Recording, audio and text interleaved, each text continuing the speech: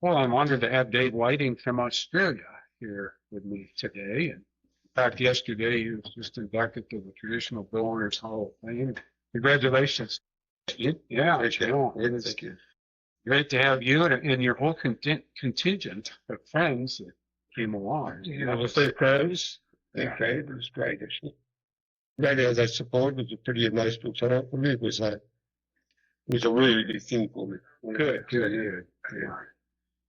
So one of my first questions was to ask you what your impressions have been about nomination and then the induction and not going through the ceremony. I mean, what are your thoughts? Yeah, I talked about it a bit. I think it was probably maybe, I don't know, February, March last year. Ian Fenton, well-known bowler in Australia and entrepreneur really. And he contacted me and said, Dave, he wanted to chat to the traditional Bowhunters Hall of Fame.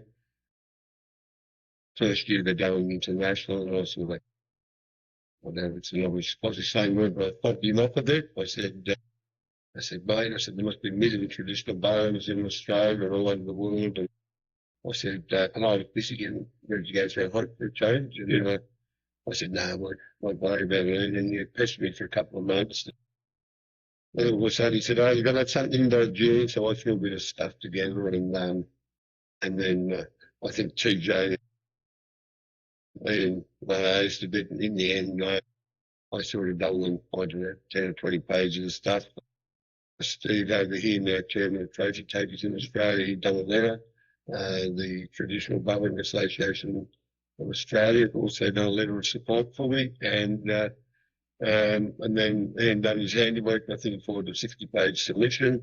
I read through all that was involved. I knew it would take a month or two by the time it goes to your board and then it goes out to your judges. And I thought it was a great process. And then I think I told a few people this last night at my induction.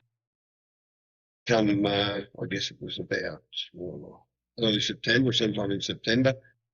He tried to contact me, or no, maybe I got a message from Steve on the archery service saying one day you'd been accepted for induction. And I sort of was a bit stunned. And it was for about 3 months. That's 3 weeks. I said, oh, I hadn't said, I might have said something to my kids. I hadn't said anything to anyone else. I thought, oh, I just put him through how to be accepted. And anyhow, myself and another good mate, Shane the Pearl, were going away on the hunt. We're going away for 10 to 12 weeks. And I thought, oh, I better put something out there to show my appreciation to the guys that done all the work. Anyhow, put it out there. And after about 300 Australian comments, and it was well deserved. And Ben and I and Steve talked about this last night. So the penny dropped that maybe it was deserved. And we went from there. Excuse me. Last night, very emotional night for me, but it was a great night. I understand that. I understand that. I see myself a bit like TJ. I think he's very emotional like me. That's what he's accomplished. That's the same with you. There's a passion. Yeah, there's a passion there. And I colleagues a lot of people. Those 8 inductees, there's no doubt you guys did it right because every one of them spoke, even the introducers, like Steve and all the other people made introductions. There was half a dozen messages to we traditional bowlers in every speech. Yeah, every speech. So yeah, sure. Yeah, and so you're very happy with that. Okay. Yeah. Happy to hear that. Could you talk a little bit about traditional archery, traditional bowling in Australia in terms of, I guess, opportunity, the culture that you have, some of the organizations, like, I don't know what component, for instance, within the Trophy Takers organization that you were involved in starting, correct? Yeah. That the traditional bowling is a part thereof. Okay, we'll talk about that. Actually, my involvement goes back to 1969 as a 38-year-old. And like yourself and obviously TJ and that, in those days it was all day Rico. All company around. Yeah, they were around. So everyone was traditional. And I think one of the speeches last night said In that when we started was all traditional bowling. That's what we call it, traditional bowling. So I progressed through that. I think I mentioned last night, 1976, first compound coming to Australia.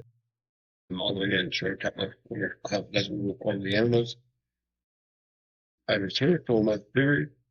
Until my mate Ben here suggested after I shot 100 foxes with the red coat and long days, that time you shot one with a compound. I went out and done that, and that's the last time I had a bit of compound. So that's my passion. So it's 10 years since I had a little longbow, but prior to that I had it solely with a 73-pound Australian-made longbow. In the last 10 years, I've had it with Australian-made recurs. Yeah. We've got some very, very good bows in Australia. It might be a bit all over the place, but traditional bow hunting, I think, is really, really taking aim again in Australia. There's been, once again, probably 15 years ago, in the foundation of Traditional Archery Australia. They've got a very good, strong committee. They have like inter-club shoots and that side of it. I'm not sure about the home side of it. I think trophy takers is probably the biggest picture of the or the recognition of that the recurs along that. Oh, that's the primitive bows. And we talked about it once again last night. I think Steve mentioned it in his speech. And even though I've been chairman for 29 years, like if I'm there, which I usually am, I generally help with our team with Steve and another fellow, Mark Southall. I generally MC that, and whilst to give recognition to whatever type of barrel was shot, I always push that answer the challenge. And our boys would give it a go for you with the long barrel here. But I give everyone the praise they deserve, because I believe both hunting, whatever weapon you use, whatever weapon you use, it's personal choice. Give a little antidote, something in regards to that. Years ago, I won't name, but two very well-known older bowhunters went up north and had a good mate of mine that's now past Dave Church. So Dave at the time, he'd be pushing 70, and there's big wild goats with big horns. And he had Doug, and sometimes you run around the hill or something to get in front of him with you. And these guys come back and said, that's not really bowling. You sort of run after him or run around and go in front of him. And my view on that, and my take on that is, if we're sitting here and you say, I'm going to leave camp today and I'm going to shoot that 40-inch billy goat or that big boar that I seen yesterday out of that mob, if you leave camp with just your bow and arrow, and this is how the primitive would have done it, they just wanted to get food. If you leave your camp with just your bow and arrow, that night you come back in, you've got that pig or goat or whatever you hunted for, just by yourself and your bow and arrow. To me, you've done nothing wrong. Also, if you make the choice to hunt with a bow and arrow, you should never be questioned anything, because you've already challenged yourself. Sure. I guess a bit more on the church side of it. We've got plenty of bow makers. We've got that good network of traditional.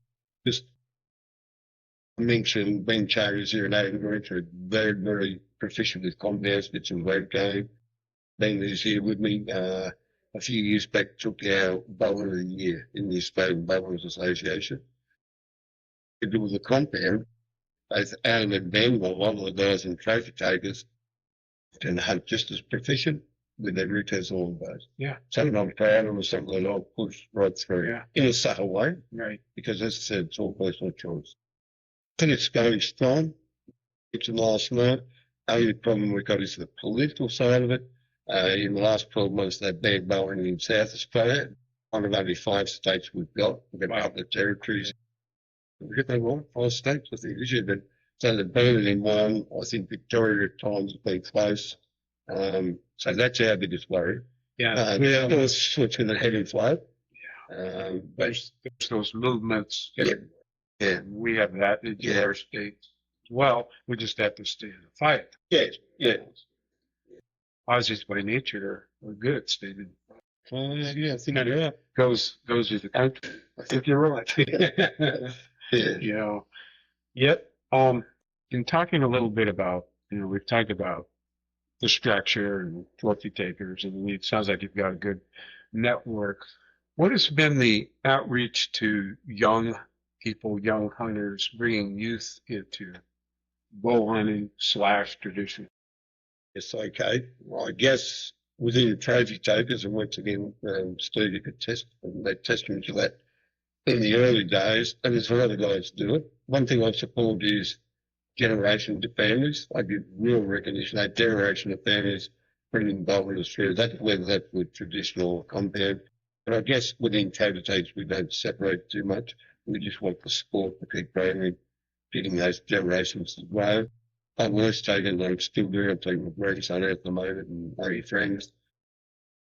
I've always been, and I know these guys here sitting in the room at the moment, take their kids out and enjoy the sport at the end of the day when they're 18, 19.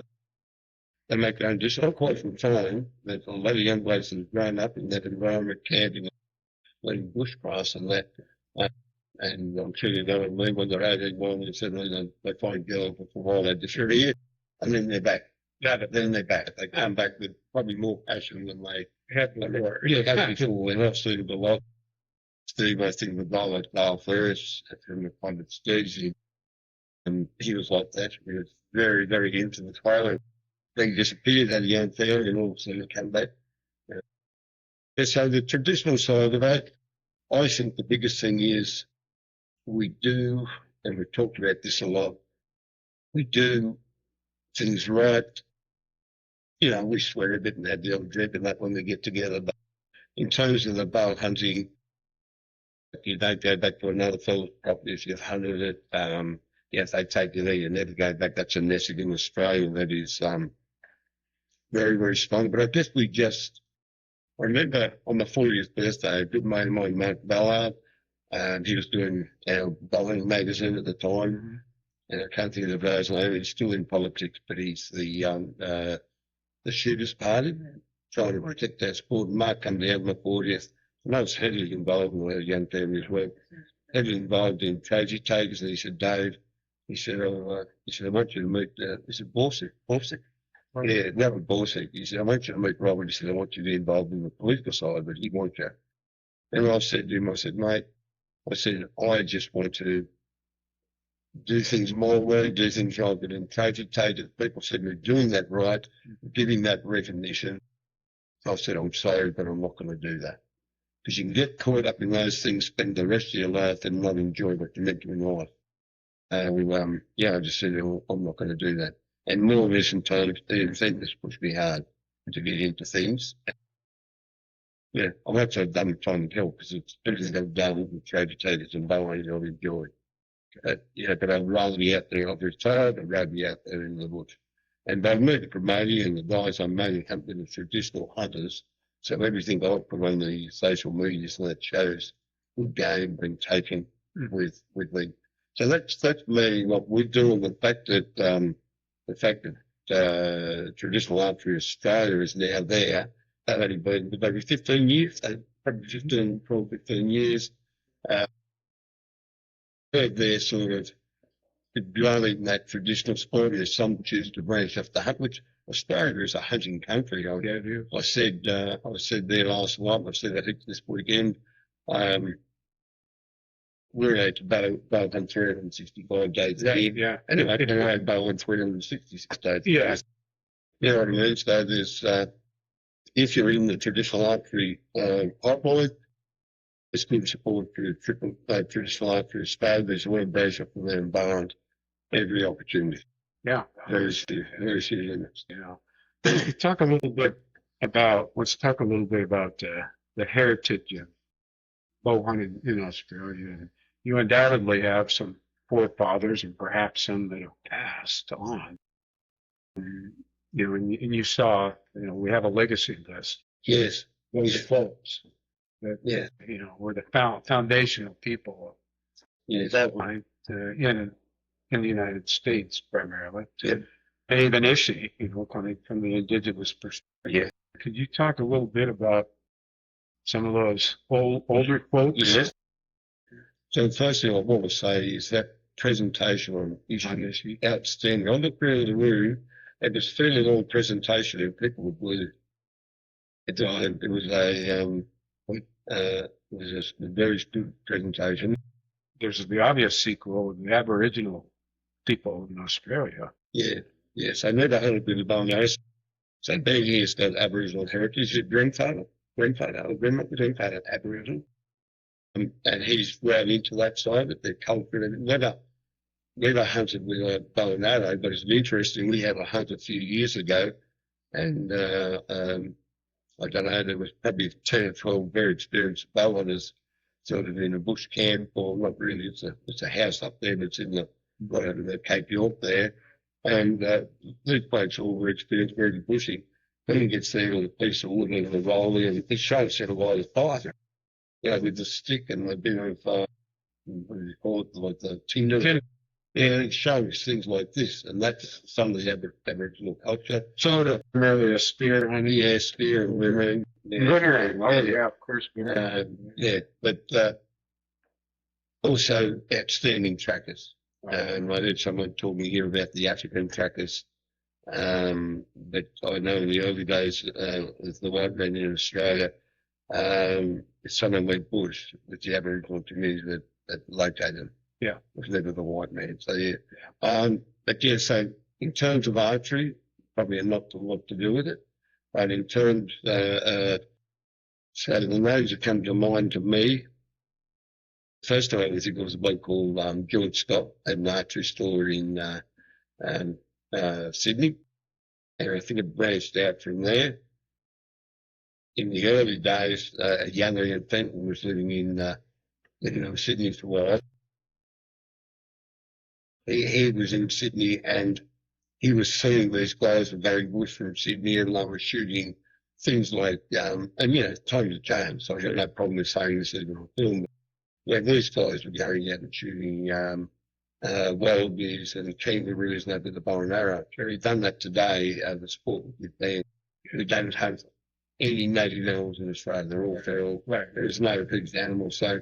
So Ian got this idea of forming what they call it. It was 1969, the Trophy Bowhunters of Australia, which eventually became absorbed by the national body, the Australian Bowhunters Association.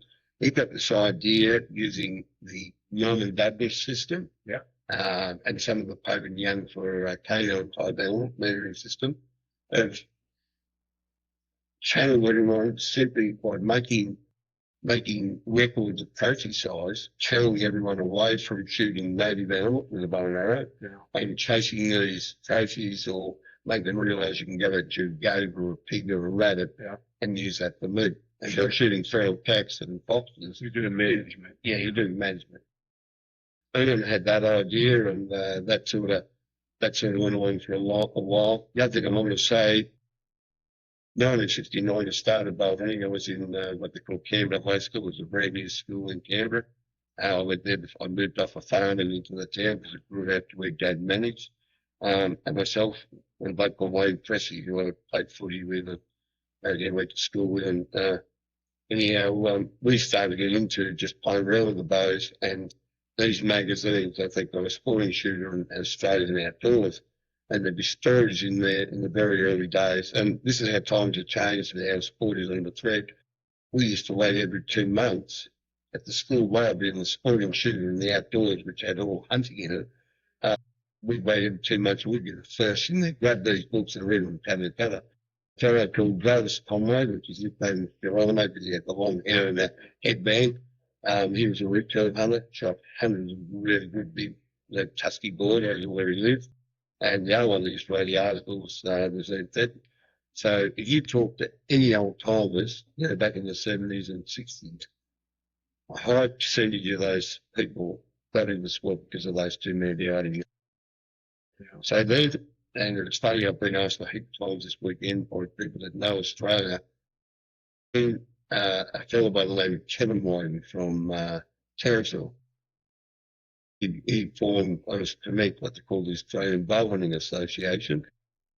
So he's one of the people we look up to in the sport. Sure, there'd be no relation to him. He might be right 100 years down the track.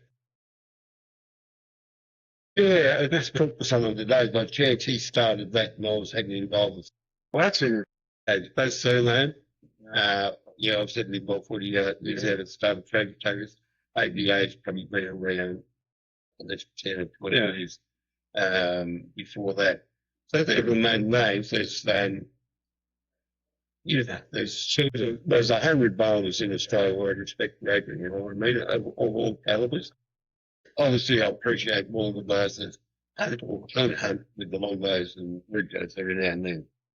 There's a good pool of candidates for the future with this one. I think there is. I mentioned to someone also, a lot of people out there said, Jack Spence. And I said, maybe 20 years time, someone like Jack might be scary there.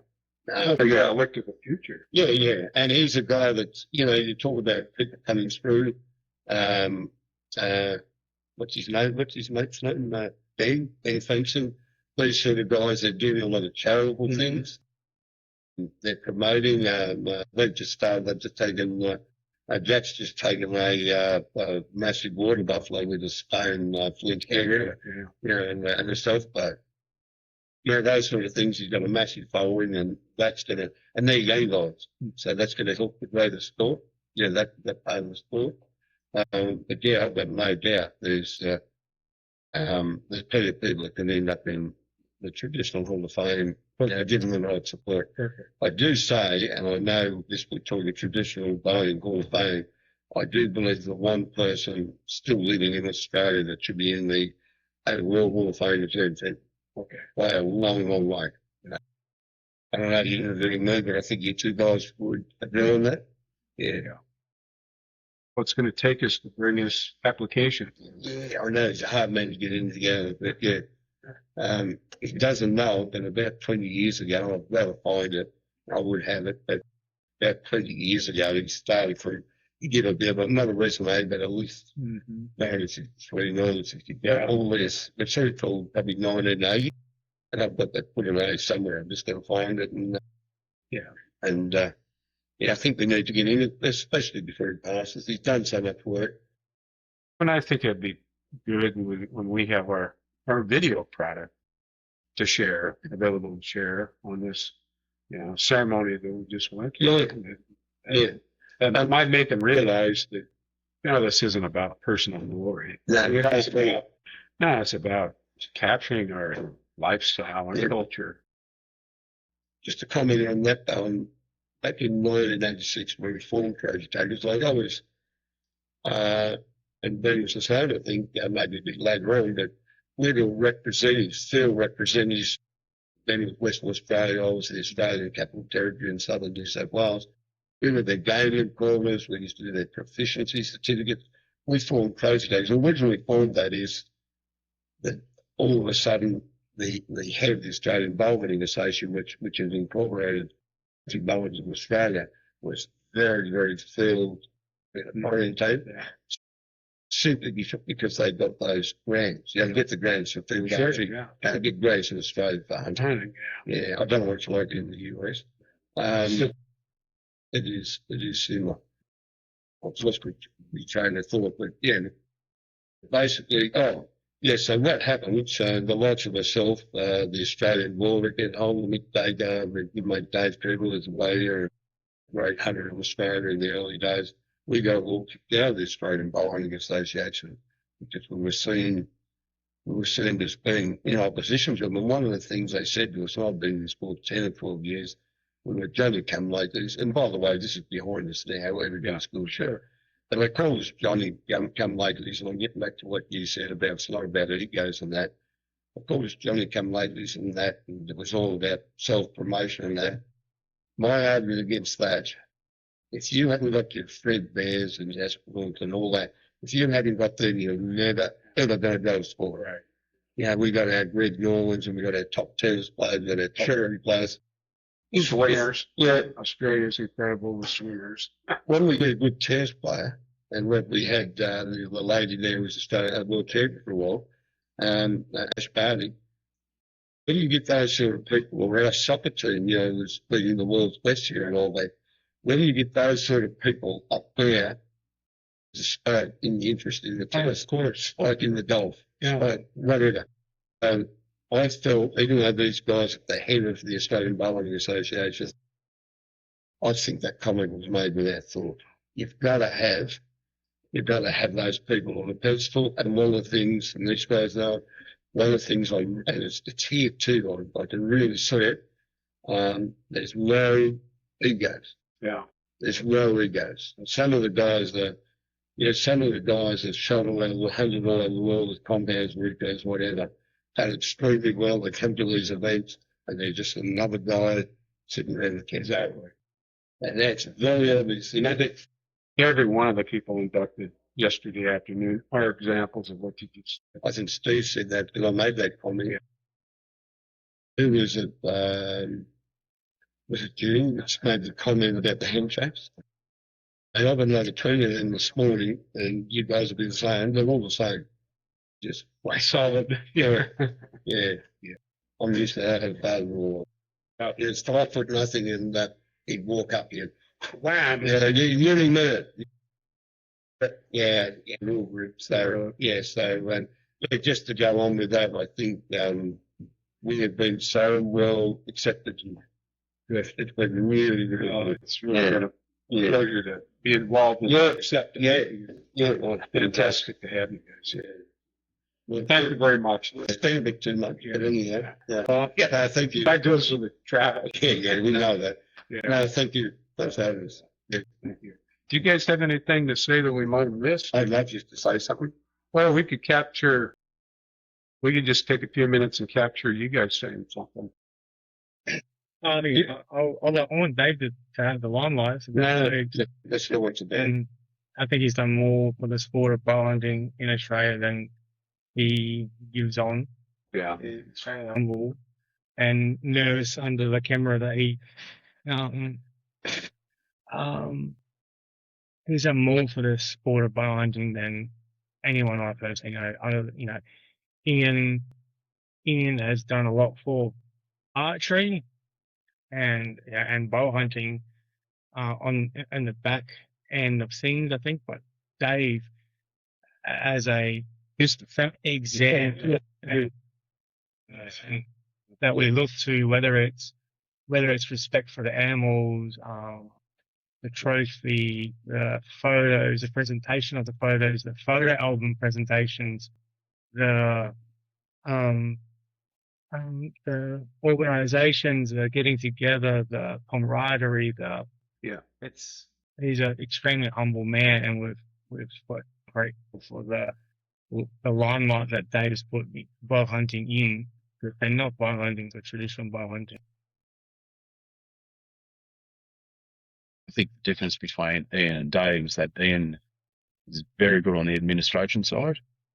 And, I'm not saying not good at it, you're very good at that too, but your strength is out in the woods. Yep. No, I think it's just a personal touch. The people side of it. The people side of it. Yeah. So Dave has been a mentor to hundreds of Australian bow hunters. Yeah.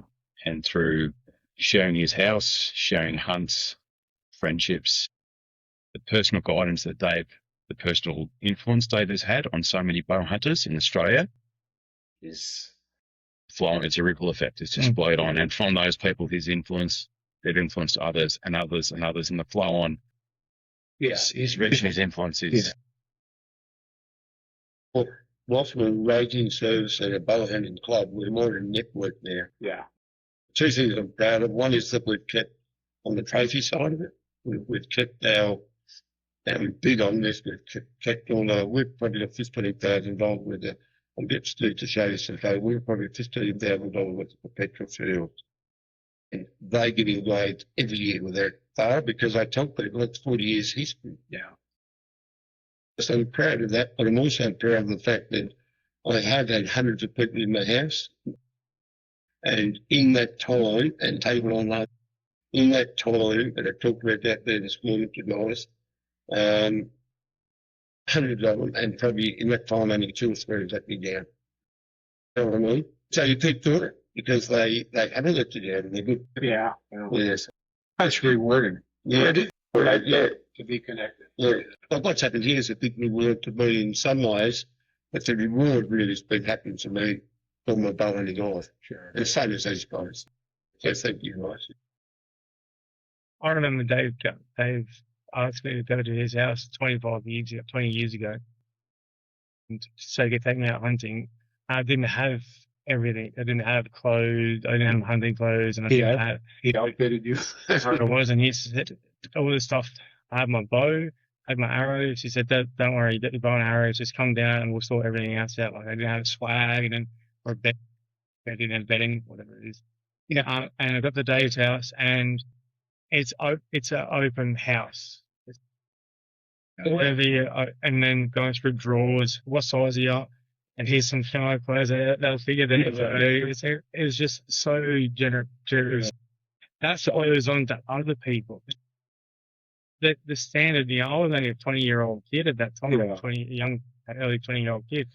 Then that sets an example to me that then that generosity is my responsibility to go and do that to someone else and share that knowledge with someone else. And that, I don't think that's the effect that Dave realizes he's had at such a core.